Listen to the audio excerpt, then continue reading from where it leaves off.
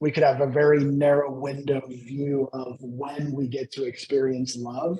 And it's based on conditions met outside of us. Like, well, this person has to do this or I don't feel love. And a lot of those definitions and experiences can then prevent us from actually just being the love and experiencing that and allowing it to flow from us.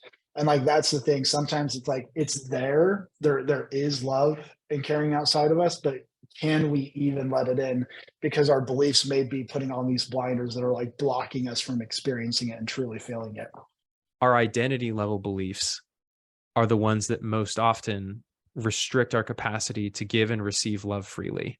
And so feel into it, Eric. What do you think, what do you feel becomes possible for you now that this identity of being a short guy is no longer in the picture?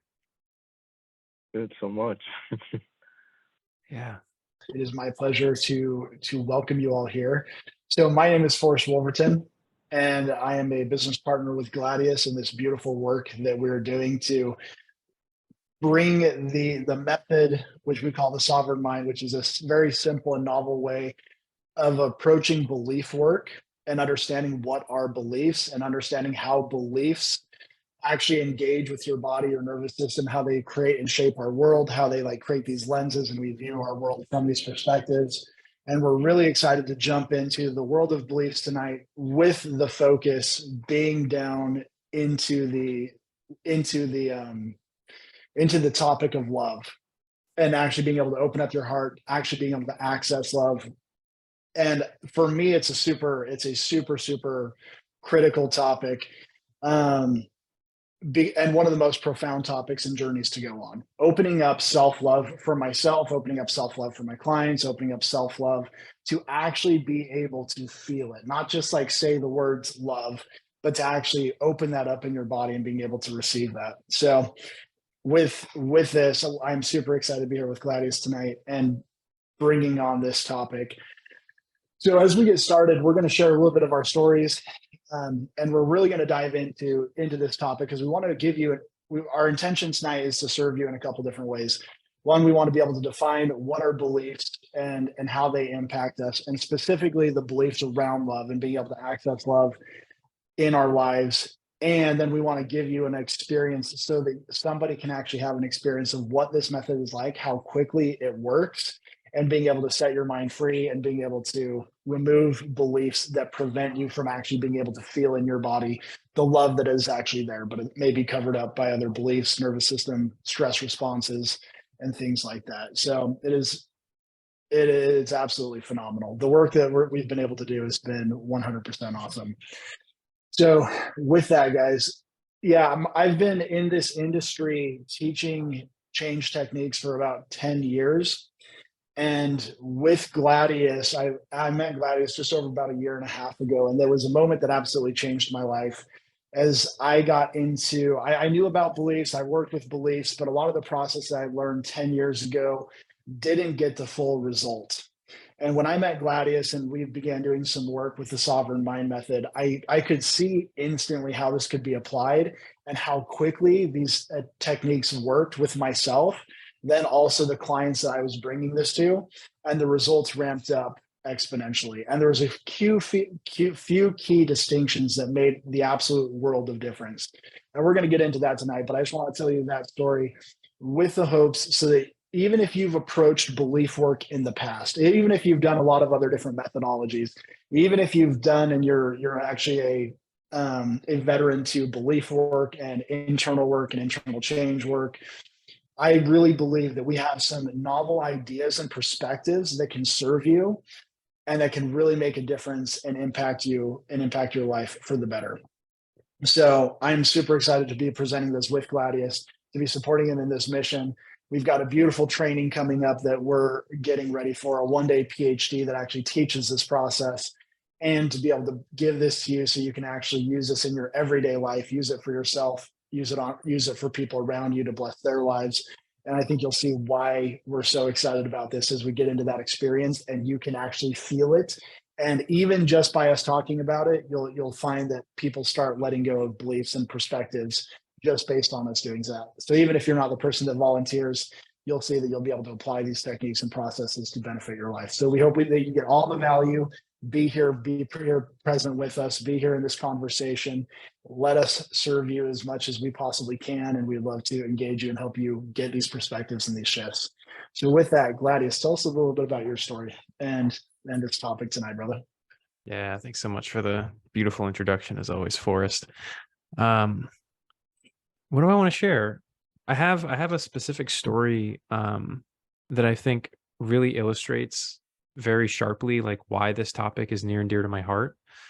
When I was 21 years old, I had a lover at the time. It was a short-term relationship, and we both kind of knew that it was going to be a short-term thing. And so, you know, we're young, we're enjoying each other's company, and we're having fun. And I had had some of the best, you know, intercourse of my entire life in that very brief relationship.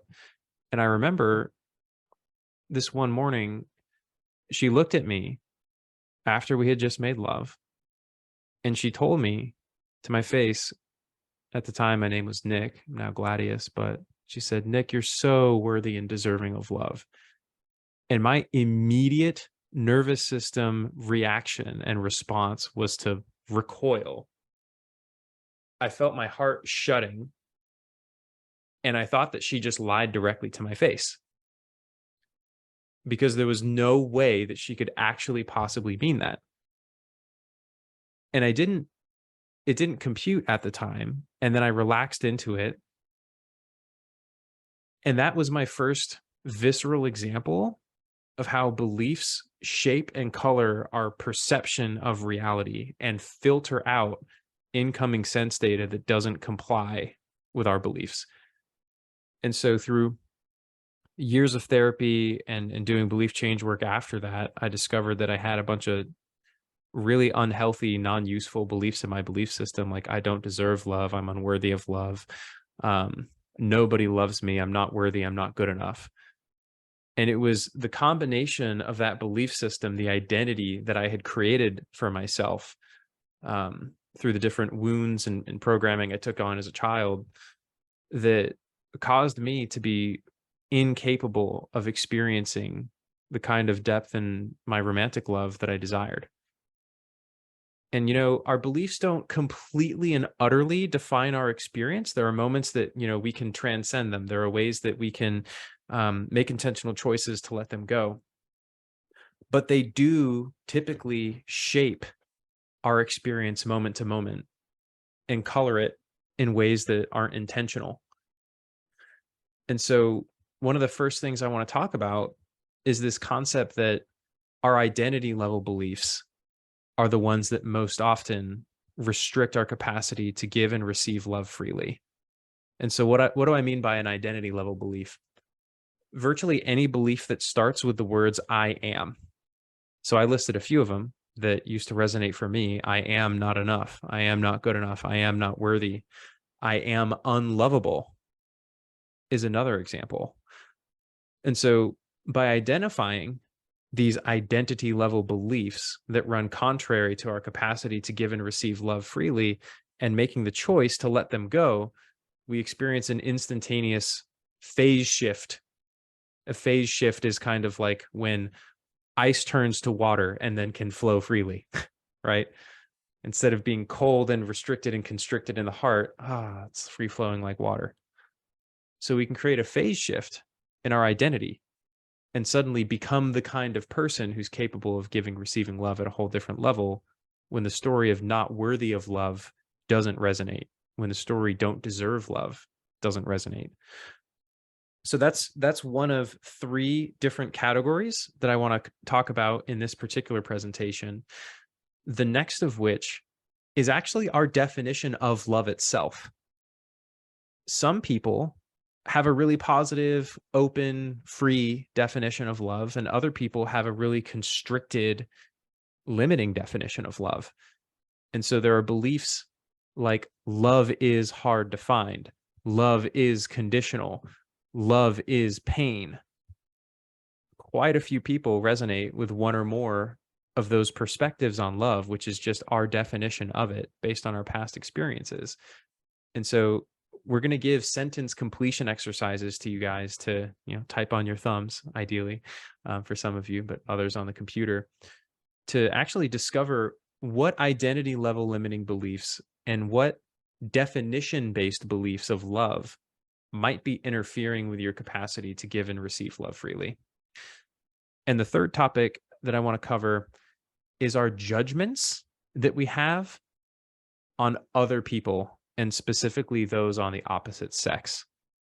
So, for example, a judgment belief might be men are only after one thing, or women are untrustworthy.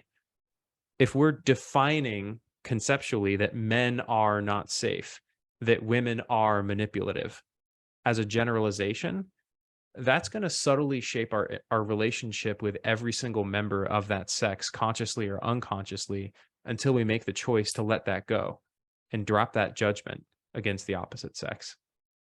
And so just as a possibility, I wonder if you guys can see that, like, if we're holding on to these negative judgments, if we're holding on to these negative and limiting definitions about other people and about love, could that possibly restrict love from just like freely throwing in your life?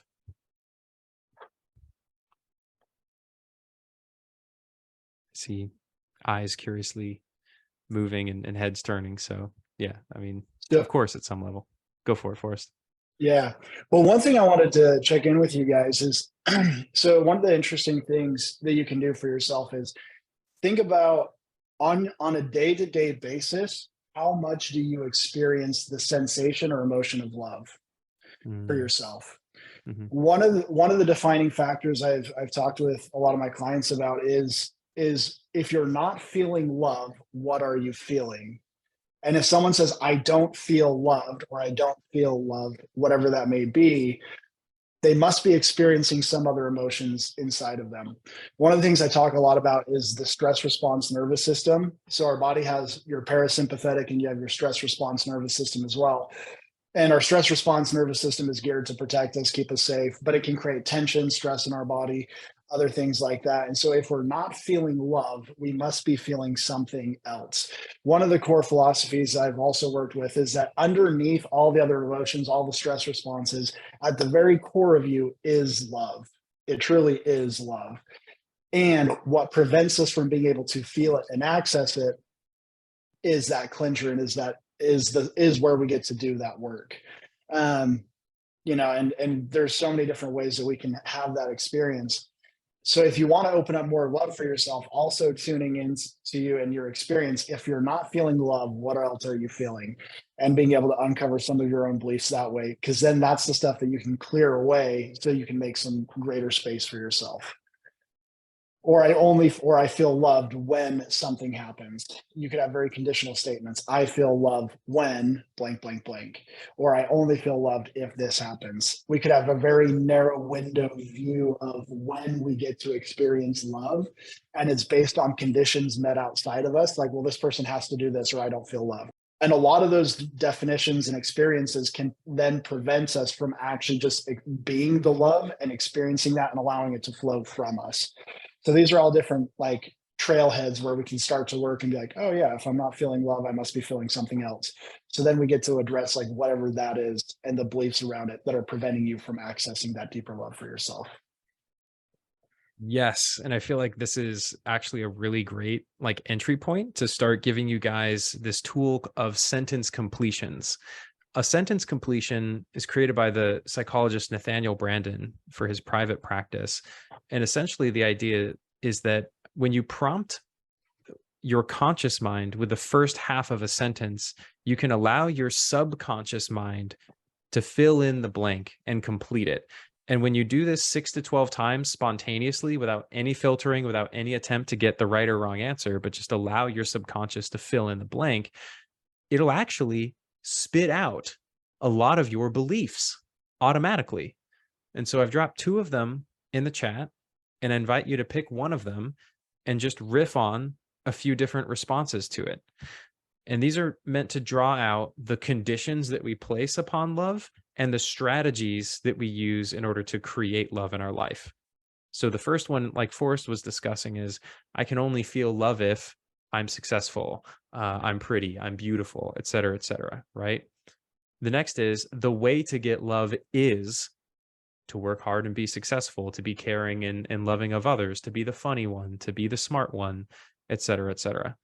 So the invitation to those who are willing is to allow your subconscious to just spit out 6 to 12 responses to one of these sentence stems.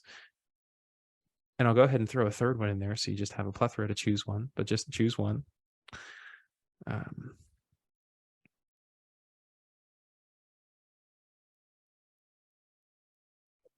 Did those send in the chat? I see. I see what happened. I'm still sending the message to waiting room participants as opposed to everyone in the meeting. There we go. All right. It was meant to be. So boom. The third one, I don't have the love I desire because I am ... And that one's designed to reveal identity level beliefs that could be getting in the way. So again, the invitation is to just pick one of these and allow yourself to riff on 3 to 5. If you're not feeling it, if you are feeling it, 6 to 12, spontaneous, unconscious responses, and just drop them in the chat, whatever comes up for you. Curious to hear. All right, Gina, bring it into the chat. Not living up to my own ideals. I'm too worried about what other people think about me. I'm too inward. This is beautiful, awesome stuff. Yeah, this is exactly what we hope to find. And so it's too self-conscious, too judgmental towards myself and others. Right. Big heart react. And, you know, if there could ever be anything else, you know, it's like people can have resistance to love. Like, I don't, you know, they could have resistance or emotions that come up that say, you know, I don't want to feel love or anything. Yeah. Eric says, stop resisting. Get on the ground now. Stop resisting. Let the love in. Let it in. The funny thing is, you know, like with me, I had beliefs like, yeah, nobody believes in me, nobody actually loves me. And the funny thing is I was surrounded by environments and people who absolutely loved me and believed in me. But like I literally could not see it. Like in my life, it was like total blinders, like, nope, nobody loves me, nobody believes me. Like, no, that's just not possible. So like my mind literally blocked it out. And when I got through those beliefs and I let those beliefs go and everything in life was inside of me was aligned and we let that go, it was like all of a sudden I could look back at all my experiences and be like, oh my gosh, people have like literally loved me through my entire journey. People have supported me through my whole journey, but like I couldn't see it and I couldn't let it in. And like that's the thing. Sometimes it's like it's there. There is love and caring outside of us, but can we even let it in? Because our beliefs may be putting on these blinders that are like blocking us from experiencing it and truly feeling it, which is a very, very common experience. And that's just one example of how our belief systems can get in that way and color our experience. Even if it's not the truth, even if there are people outside of us, it's just like, we can't accept it. So stop resisting. I love it. Got a couple amazing additions in the chat as well. Thank you for that, Forrest. Ian illustrates a positive belief system around love. The way to get love is to be genuine and authentic. The way to get love is to give love. The way to get love is to open your heart to the possibility of love. That's beautiful. And Dina adds a comment as well. I've always believed in my parents and siblings that they loved me, but also if other people knew the real me, they'd hate me. Yeah. And Ben coming in with some great stuff. Don't have the love I desire because I was not in the right setting, because I'm not committed fully. I haven't aligned my actions with my thinking. Yeah. Right. And so there's no right or wrong in any of this, right? There's just like, there's positive beliefs, there's negative beliefs. It's not a moral judgment, right? It's expansive or it's constricting. And so, you know, we're coming up to the halfway point, and this is the point where I'd like to make the invitation to anyone who's ready to let go of some of their limiting beliefs around love. Forrest and I are here to help facilitate that. This is the Sovereign Mind experience, and we're going to shift into sharing openly and freely exactly how the Sovereign Mind method works with a volunteer. So I wonder, is there someone here who would like to drop some old stories about themselves, about love, um, and welcome in some new love in their life? Yeah, actually, so I've always had this, I'm doing some work around it now, but earlier when I said resisting love, right? Yeah. So I feel like I always have to do so much, like even at this point of my life, right? I've gotten to points where I'm doing like an hour, 2 hours of meditation daily to, try to get into a better state and away from like the negative states. Mm. Um, and like I said, I know like I've got family that loves me and everything. I've got, a really good life and everything.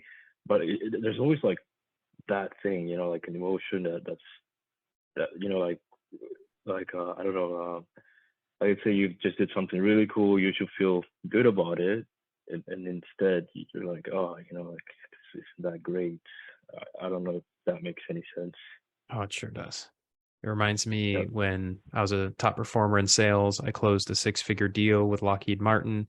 Instead of feeling proud of my accomplishment, I just felt kind of like, oh yeah, if anyone could have done that. Like it's not that great. Yeah. It's like Right. the Yeah. similar energy. Hmm. So, do you have a sense of what that feeling is trying to tell you?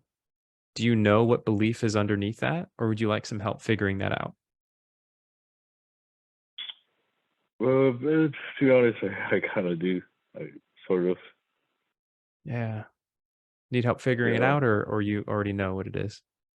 I think I got it. So Yeah. it goes back to just a really deep rooted insecurity, right? Um, Yeah. and it's just like I'm a kind of like a short guy, right? I'm like 5'5", 5'5.5" or something. And it's just taught me like so much, right? Like in my business, like if only I was, I know I can't change that, right? But I want to try to see if I can see things from a different perspective at least. Like it's just affected me and everything, right? Like I've met some really cool girls that like me, friends and everything, but I kind of just block myself from it because I'm like, I don't know, I guess acceptance of a certain thing. Uh, Totally get that it. This makes tons of sense, and I really appreciate you being open about that, brother. And yeah, so, with this, I wonder if you're open to trying out what we call the sense test.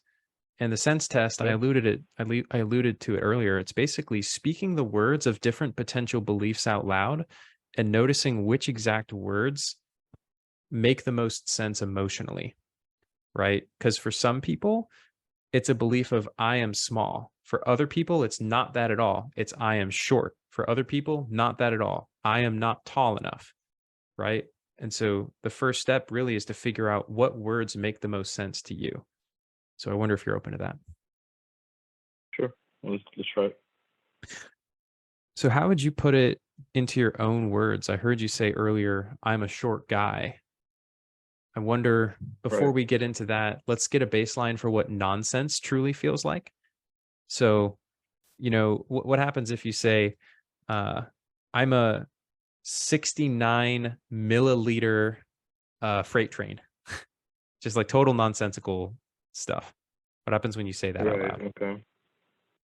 Well, 6.5 millimeter. It doesn't make any sense. No. I'm Yeah. Elon Musk's 273rd ponytail. I mean, Elon Musk, 273rd ponytail. No, it just doesn't fill you a little bit. And so notice that sense of levity, that light sense of humor. It's like, oh, this is kind of silly. That's our Right. baseline for what nonsense feels like. And what happens, Eric, if you say out loud, I'm a short guy? I'm a short guy. Yeah, it's a little bit different. It's more like it's true, right? There's a sense of truth with that, Yeah. right? Hmm. What happens if we shift the language to I'm too short? Too short. Yeah, it's pretty much the same. Does anyone feel stronger than the other? I'm a short guy versus I'm too short.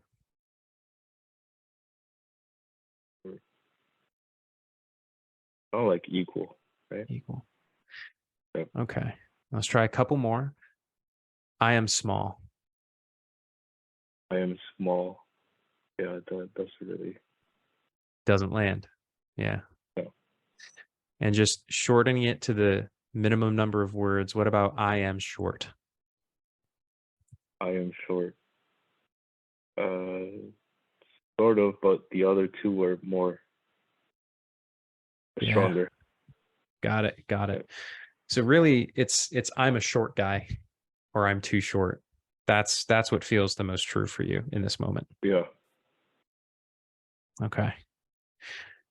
And I'm curious, is that something that you would like to let go of as a belief?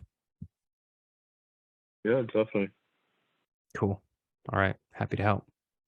So, folks, this is where we get into the actual sovereign mind method. And what you'll see is that this process can be really quick and simple.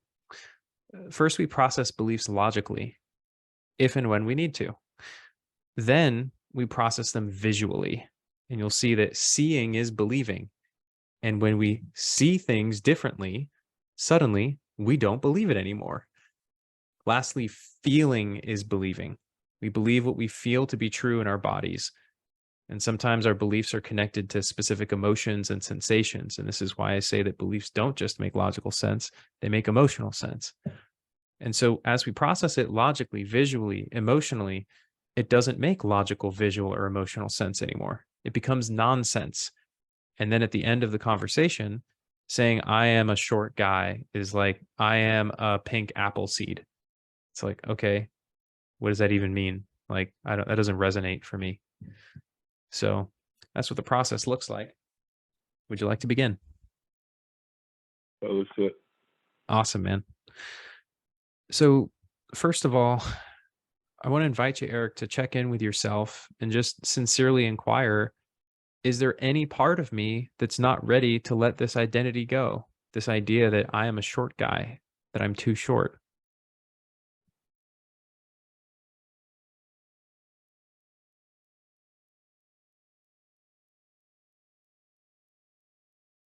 I don't think so. No. Cool. So you feel totally ready to let it go. Good deal. Next up, we'll process it visually. Here's a question for you. Do you see this apple? Yeah. Yeah, me too. Do you see intrinsic meaning anywhere on this apple? Like, do you see what this apple means anywhere on the apple itself? Mm-hmm. No, besides, no. No. All that I can see literally with my own two eyes is an apple. It is what it is. Like, it's just Right. a piece of fruit. So here's an interesting distinction. We don't actually see meaning out there in three-dimensional space. We create meaning in our mind and then we project it onto what we see. The reason this is useful is that in a moment, I'm going to ask you a question. I'm going to ask you, have you ever actually seen that you're a short guy or that you're too short? And the God honest truth is, in the same way that you can see your hand, you can't see that you're too short. That's a judgment. That's a creation in the mind that is then projected onto different images and memories. And so I just want to make that point clear before I ask the question that technically speaking, anywhere around you in that warehouse, in that room, do you actually see that you're a short guy? No, not really. I mean, I don't. It's like, I'm not. No. Right. So it's not in this three-dimensional world around you, correct? The idea that you're a Correct. short guy. Right. If you look on your body, do you see on your leg that you're a short guy or on your hand? Like written or something like that. Yeah, like literally like written, like tattooed into your being. No. Right. So it's not anywhere in this three-dimensional reality. It's not anywhere on your body. And so the question is, what did you see when you were younger that made you believe that you're a short guy? Uh, I guess probably just like coming from a family that's like not really tall and all. I guess I was like pretty aware back then, probably. Yeah. So I'd imagine Yeah. that your dad is somewhere in the vicinity of, 5 foot to 5'6", something like that. And a lot of Right. your Yeah. Something like that. Yeah. parents and siblings kind of in the same range. Right. Yeah. If you picture, here's an interesting question. Like, if you picture your family just lined up against a wall in your mind's eye, you can just see them. They're happy, they're smiling. Do you Right. see anywhere on your family, I am a short guy? No, not at all. Do you see on your family that I am too short? No. And if you look around in the house that you grew up in, anywhere in any of your memories, do you actually see I am a short guy?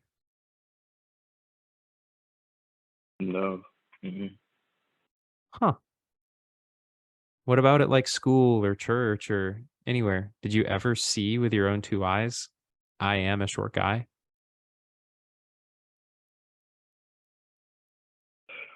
No. Oh, okay. That's good news. Have you ever seen I am too short? I'm too short. What do you mean by that? Like, in what like meaning? Like, So here it gets pretty meta, right? right. So a lot of people interpret that question like, "Oh, did I see it written down somewhere?" And here's what's funny about that. If you wrote the words, I am a pink penguin in your journal, and you have a memory of that in your mind's eye, and you can see I'm a pink penguin in my journal, just because you can see the words doesn't instantaneously transform you in your identity into a pink penguin, right? Right. Yeah. So even if you saw the words at some point in your life, I am too short, it doesn't actually mean that you're too short unless you agree with it with your mind. Right. So when I ask that question, I don't even mean, did you ever see the words?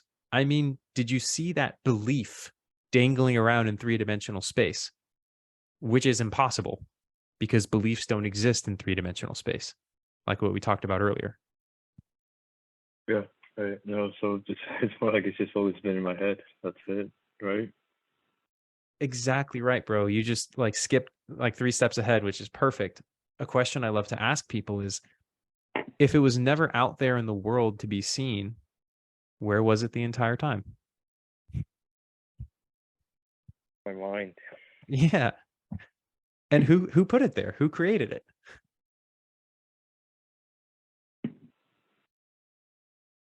Probably myself.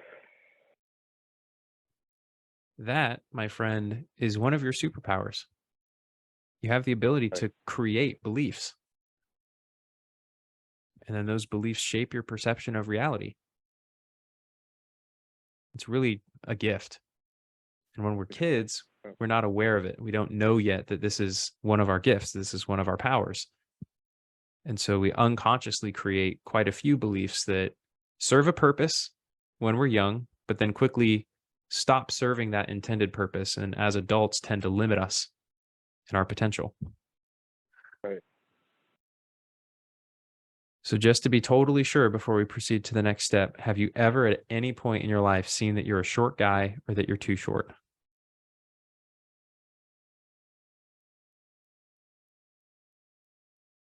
You know what? I guess only if I compare myself to it. But I feel like if I do that, it's because it's just always in my head. Right. Compare yourself to what? I want to make sure I understand. Other people? Probably. Yeah. And I don't mean it like in a bad way. It's just like, oh shit, you know, I'm more to the shorter side. That's probably it. Right. And so there could be another belief of something like I'm shorter than average or I'm shorter than others. Right. Does that resonate? I mean, I never really thought of it besides the other two. I just brought it up like literally Yeah. the first time, actually. Yeah. So notice how that shifted. Rather than it just being like, I am too short, now Right. it's this very narrow condition of like, well, maybe I could theoretically like compare myself to others and feel too short. Isn't that interesting? Yeah, probably. Yeah, it's interesting. Yeah. So now before we go any more in that direction, I want to invite you to really connect to your body, Eric, and just ask yourself, is there any emotion, is there any sensation that feels tied to I'm a short guy, I'm too short?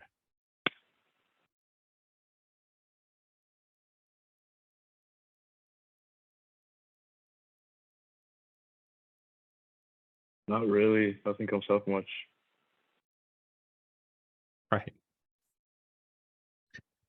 Are you sure? Try to feel like a short guy and see if any feeling comes up at all.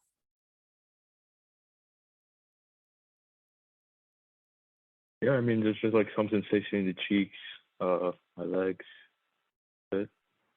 Good. Connect to that sensation in the cheeks that feels tied to I'm a short guy and let me know when you feel present with it.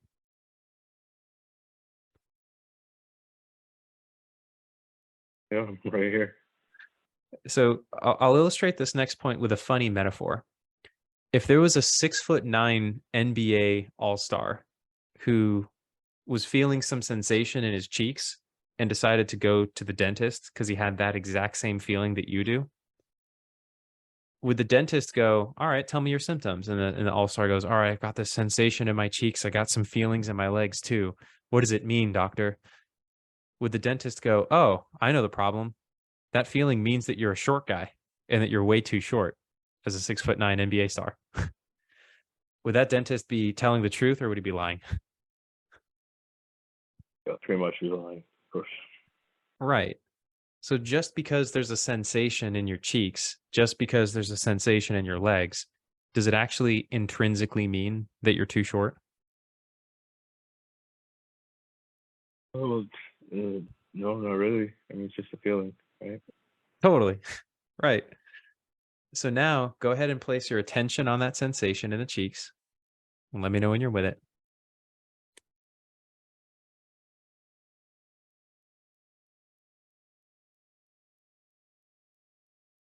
Yeah, I'm here. Okay. And the simple question is this: does this sensation in my cheeks mean that I'm too short? No, not really. It's just a feeling. And does this sensation in my cheeks mean I am a short guy?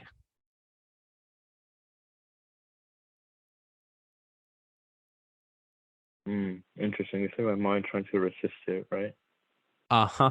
Yeah. So the question becomes, check in with yourself again now at this point. Is there any part of you that might not feel totally ready to let that go? Probably. Yeah, I can feel some resistance. Yeah. That resistance is perfectly welcome. We welcome this part with love and with curiosity. And the question becomes, why? What's that resistance trying to tell you? It's something that just came up. It's like, okay, you still gotta do some more work or something, right? So what I'm hearing is that this part of you might want you to hold on to that belief so that you're motivated to continue doing internal work and improving yourself. Does that resonate? Uh, not like consciously, right? But I don't know if it's something that's been like subconsciously running. So I would not Yeah. agree on that one. Yeah. Totally fair. Well, I interpreted what you said of like you've still got to do work, right? That's where that resistance is coming from. You still got to do work. Yeah, like always still gotta do something like I don't know what, but Well, I wonder if this part of you might be open to the possibility that you can continue doing work more effectively if you don't have an identity that causes a lot of insecurity of being a short guy. Yeah, definitely. I'll be open to that. Yeah. And with that in mind, I wonder if it might be okay to let that sensation in the cheeks go so that you can get more work done. It's totally fine. Yeah. Awesome. Yeah. Great work, man. So now go ahead and put your attention on that sensation again, that energy in the cheek. Let me know when you're with it.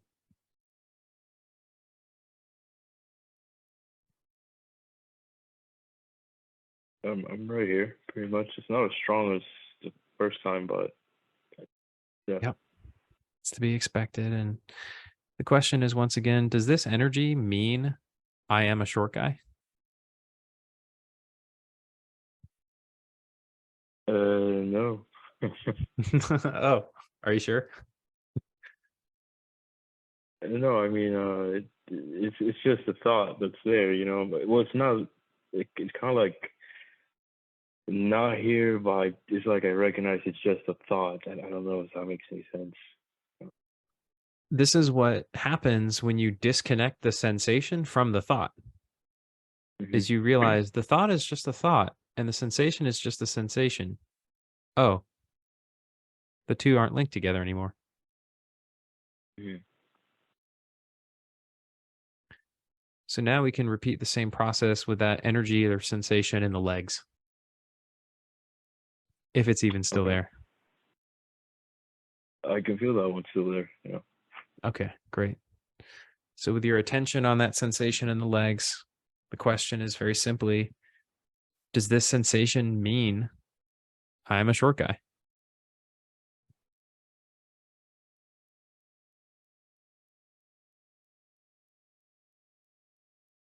Uh,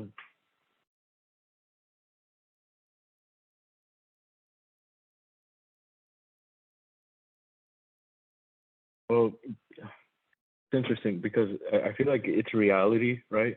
But I guess what I wanted was like, well, obviously, you know, the thought to just allow me to do what I really want to do, right? Yes. And there's a useful distinction that I can offer you. You say that it's reality, but Right. Yeah. maybe what's a little more true is how tall are you? 5'5", 5'6"? Yeah, around that range. What's more true? I am a short guy, or I am 5'5" tall. The 5'5", 5'6".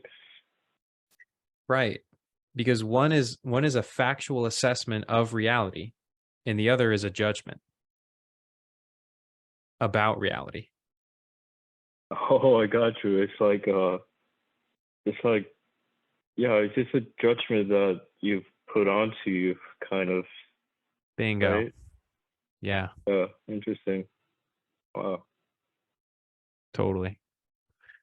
And so with that in mind, tune into the sensation in the legs again.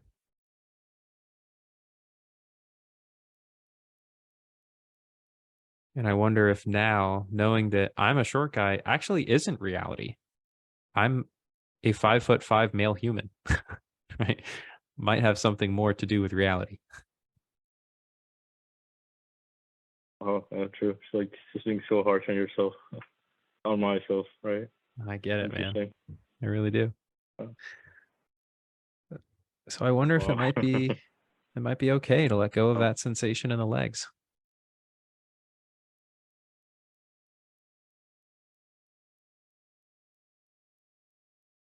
yeah, I mean, totally. It just feels light, a little bit light, like just not like the tension not being there. Yeah. And just ask yourself the same question once again, man. Just does this sensation in my legs mean I'm a short guy?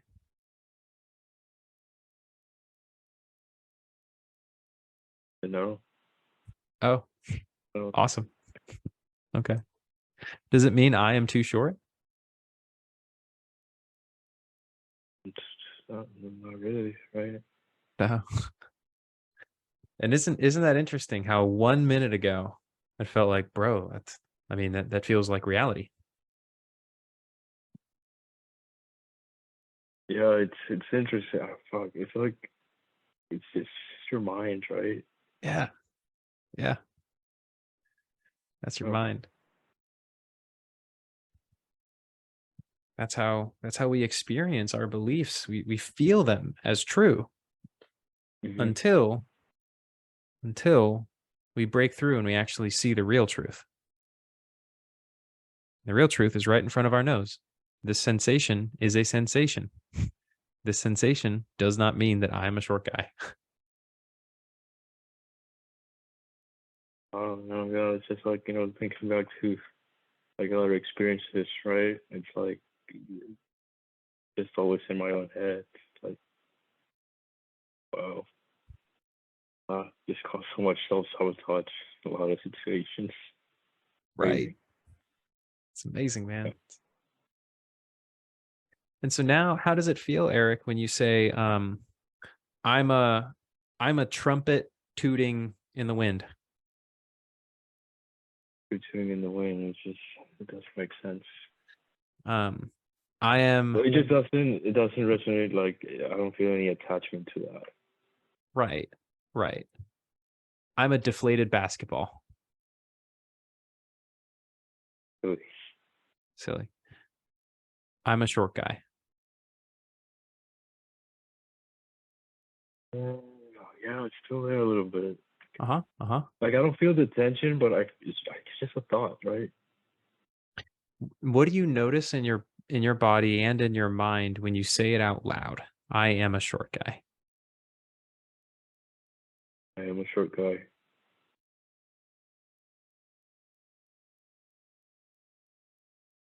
Oh, it's just like me going into my own head. That's it. And when you say you going into your own head, what's actually happening in your experience when you say it?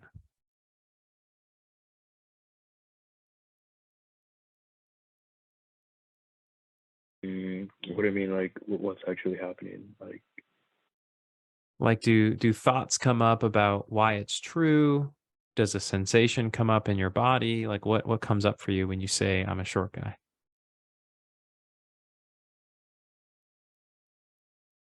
oh, no sensation actually. Really, it's just I don't know. It's weird. Like when your mind kind of races a little bit.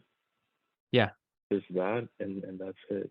It's like a thought, and then like something inside my mind trying to prove that, but then there's like a lot of other evidence in real life, right? That had happened before, where I self-sabotage from where it wasn't really there.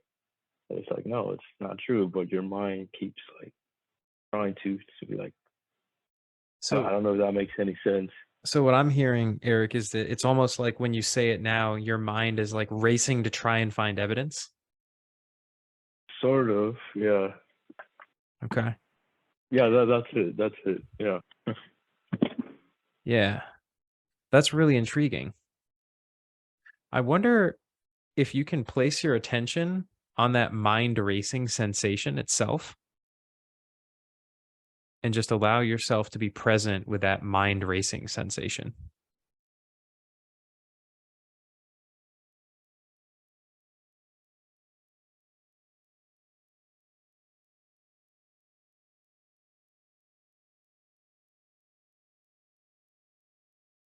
It's like it takes you away from like the present moment.